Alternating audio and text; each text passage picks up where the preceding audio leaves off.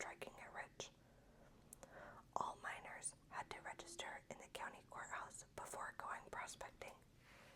Ferminia signed her name, Ferminia Sarras, Spanish lady. Two things about this new miner were shocking. First, she was a woman, and second, she bought herself pants. In those days, women only wore dresses. Ferminia didn't care what anyone thought, and she bought herself the tools she needed for prospecting: pickaxes, shovels, and boots. She added the most basic camping gear: a tin cup, a plate, and a tarp to use as a tent. Lugging her 40-pound pack, she set off in the hills to seek her fortune. It wasn't easy. She endured extreme weather conditions, freezing temperatures in the winter, scorching heat in the summer. She hiked hundreds of miles in and out of canyons, through springs, and up and over rocky hills, always on the lookout for snakes and coyotes. This went on for years, but she refused to give up.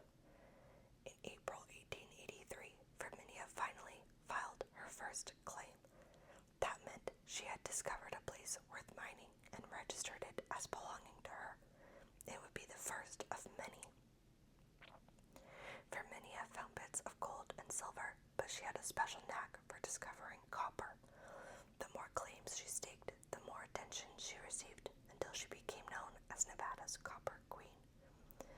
Once she had staked her claim, she would sell it to another miner or group of investors. Then she'd head back to the hills to find another one. Ferminia didn't trust banks, so she always insisted she be paid in gold. It was said she stashed the gold in her chicken coop because if anyone bothered the chickens, they'd squawk and raise a ruckus, making them an excellent burglar alarm. Ferminia wasn't content to sit back and count her money. She loved to go to San Francisco and live it up. She'd buy fancy dinners and new clothes and stay in ritzy hotels. When her money ran out, she'd head back to the hills with her prospecting tools and search for another mine. When she met someone down on their luck, she didn't hesitate to invite them in and give them a hot meal. She was as generous as she was unconventional.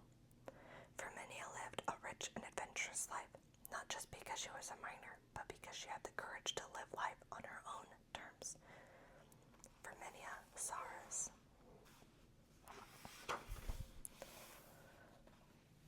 Ida Lewis, lighthouse keeper and lifesaver. Ida Lewis's father was the Lime Rock lighthouse keeper in Rhode Island. The only way to get to the lighthouse was by boat. Ida loved the water and wanted to tag along. That meant she had to learn how to row, and she did. Ida soon became as comfortable in a rowboat as she was on land. When she was 15, the family moved into the newly built lighthouse on Lime Rock. A few months later, her father became ill and Ida took over his duties. To keep ships from crashing into the rocks, the light had to burn all night, warning sailors of the danger. That meant Ida had to fill it with oil twice a night, trim the wick, and keep the glass clean and polished. That meant dropping out of school. But she still rowed her young siblings to and from school every day. When she was 16, she made her first sea rescue.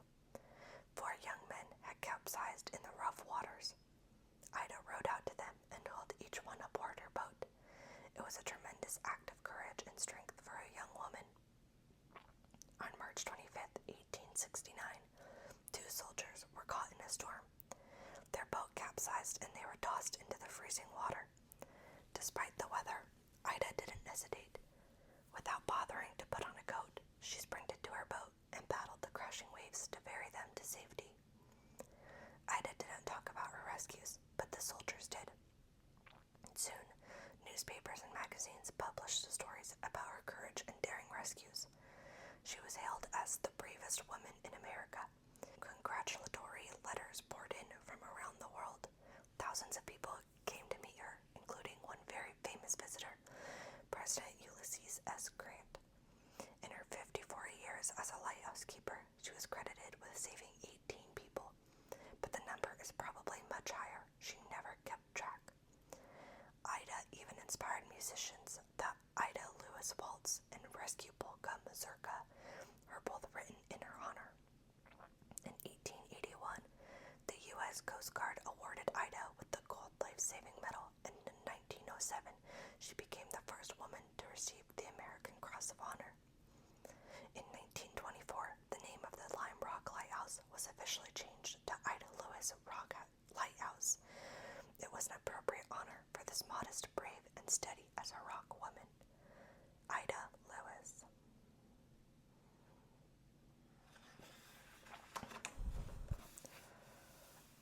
Jeanne Baret, secret sailor. Jeanne Baret grew up in poverty in France, but she still received an education. It just wasn't the kind one gets in a classroom.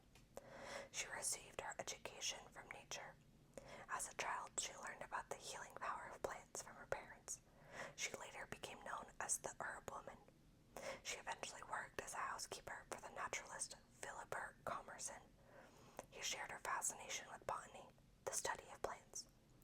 In 1766, the French government decided to send a ship on a scientific journey around the world. They needed a botanist to collect plant specimens along the way. Commerson was hired. Jeanne wanted to go too, but at that time it was illegal for a woman to sail on a French Navy ship. Jeanne wasn't going to let that stop her from embarking on the trip of a lifetime, so she hatched a dangerous plan. She would disguise herself as a man, show up as the ship was about to set sail, and have Commerson hire her as his assistant. Commerson agreed to help, and the plan worked. Jeanne wore baggy clothes and worked alongside the men. No matter how difficult or backbreaking the situation was, she continued on, earning her the nickname Beast of Burden.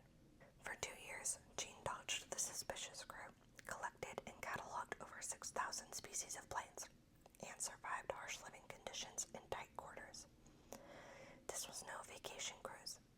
They endured foul weather, stormy seas, rats, and disease, on a diet of salted meat and hard biscuits.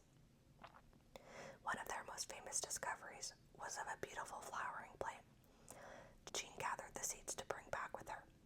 Today, the plant is grown worldwide, but this amazing discovery doesn't bear Jeanne's name.